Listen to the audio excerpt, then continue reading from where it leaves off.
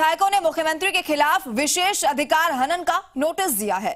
विधायकों की खरीद फरोख्त के बयान से जुड़े मामलों में बीजेपी विधायकों ने प्रतिनिधि मंडल ने विधानसभा सचिव प्रमिल माथुर को नोटिस सौंपा। हालांकि माथुर ने नोटिस को बिना पढ़े स्वीकार कर लिया। वहीं बीजेपी विधायकों ने माथुर से नोटिस को पढ़ने का आग्रह किया, लेकिन उन्होंने कागज अपनी टेबल की दराज में रख दिए। इसके बाद विधायक रामलाल शर्मा, अशोक लाहौटी, मदन दिलावर ने माथुर से नोटिस पढ़ने का आग्रह किया और जिस पर माथुर बोले कि आपने नोटिस दिया और हमने ले लिया।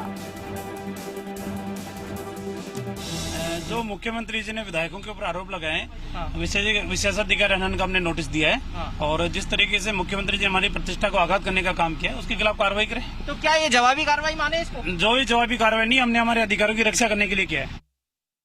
क्योंकि हमने प्रिविलेज का उस नोटिस दिया विशेषाधिकार का, और जो मुख्यमंत्री जी ने जो कहा था उससे विधायकों की गरिमा गिरी है राजस्थान में, इसको लेकर दिया। बाकी विधानसभा में नहीं लेकर। देखिए अशोक जी, क्या इसको ये माना जाए कि निर्दलीय विधायक संयम लोढ़ा और बीजेपी आमने सामने हो गए हैं, या सत्ता पक्ष और विपक्ष आमने सामने हो गए हैं विशेषाधिकार? किसी विधायक के आमने सामने क्यों होंगे? हमारा ऐसा कोई विषय नहीं है। विधायकों की अपनी गरिमा बनी रहे और विधायक अपनी मर्यादा बचा कर रखें, उसके लिए हमने ये दिया है। भारतीय जनता पार्टी की तरफ से मुख्यमंत्री अशोक गहलोत के खिलाफ विशेष अधिकार हनन का नोटिस दिए जाने के बाद नेता प्रतिपक्ष गुलाब चंद कटारिया ने कहा कि मुख्यमंत्री किसी व्यवस्था से ऊपर नहीं है, जो उनके खिलाफ नोटिस नहीं दिया जा सकता। कटारिया ने साथ ही कहा कि संयम लोढ़ा ने जिस तरह मामले में सतीश पूनिया के खिलाफ नोटिस दिया था, बीजेपी के विधायकों ने भी उसी नेचर के आरोपों में मुख्यमंत्री के खिलाफ नोटिस दिया है। कटारिया ने साथ ही कहा कि सरकारी मुख्य सचेतक महेश जोशी ने भी हॉर्स ट्रेडिंग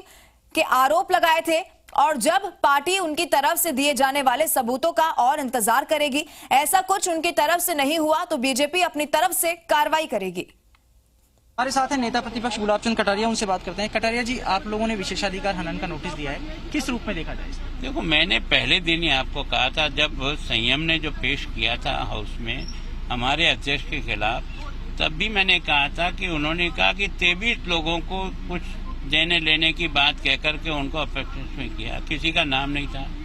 वो विशेषाधिकार का प्रश्न बन नहीं सकता था। उसके बाद विशेषाधिकार तो जो मुख्यमंत्री जी ने 35 करोड़ की डील होने की बात कहकर के भारतीय जनता पार्टी पर जो आरोप लगाया था, वो भी उसके दायरे में आ जाएगा विशेषाधिकार। इसलिए हमने भी अपनी तरफ से एक नोटिस दिया है कि आप उस पर विचार करो, तो इस पर भी विचार करो। एक जो सरकारी मुख्य सचेतक है महेश जोशी, वो कह रहे हैं कि उन्होंने सबसे पहले ये बात कही थी, लेकिन उनके खिलाफ नोटिस नहीं दिया और बीजेपी मुख्यमंत्री के खिलाफ नोटिस देकर के बौखलाहट दिखा रही है, ध्यान भटकाने की कोशिश। कोई बौखलाहट नहीं है, उनको हम पूरा समय दे रहे हैं। उनके पास, उन्होंने कहा हम 19 तारीख बाद कोई एविडेंस देंगे, हम और इंतजार कर लेते हैं एविडेंस की। अगर उनके पास कोई तथ्य है तो वो एविडेंस दे। सरकारी मुख्य सचेतक महेश जोशी ने तो एसओजी में एफआईआर तक दी थी, शिकायत की थी। वो इसीलिए कह रहा हूँ ना, कुछ समय इंतजार कर लेते हैं। उन्होंने अगर कुछ दिया, उनके पास कुछ एविडेंस हो, वो जैसा उन्होंने कहा था कि हम 19 तारीख के बाद देंगे, अभी तक दिया नहीं, कुछ और इंतजार कर लेते हैं। और उसके बाद भी अगर वो कोई एविडेंस एसओजी को जांच के लिए नहीं देते हैं, तो हम निश्चित रूप से उनके खिलाफ, हमें और हमारी पार्टी को बदनाम करने का जो तरीका अपनाया, उसके खिलाफ कार्रवाई करेंगे। अभी हमारी चीफ विप से बात हुई तो जोशी जी ने कहा कि वो आज एसओजी को भी लेटर लिखने वाले हैं कि आखिर एसओजी ने पूछताछ के लिए उनको क्यों नहीं बुलाया है। अब वो और एसओजी जान, जो कानून के तहत हमें अधिकार प्राप्त होगा उसके तहत करें।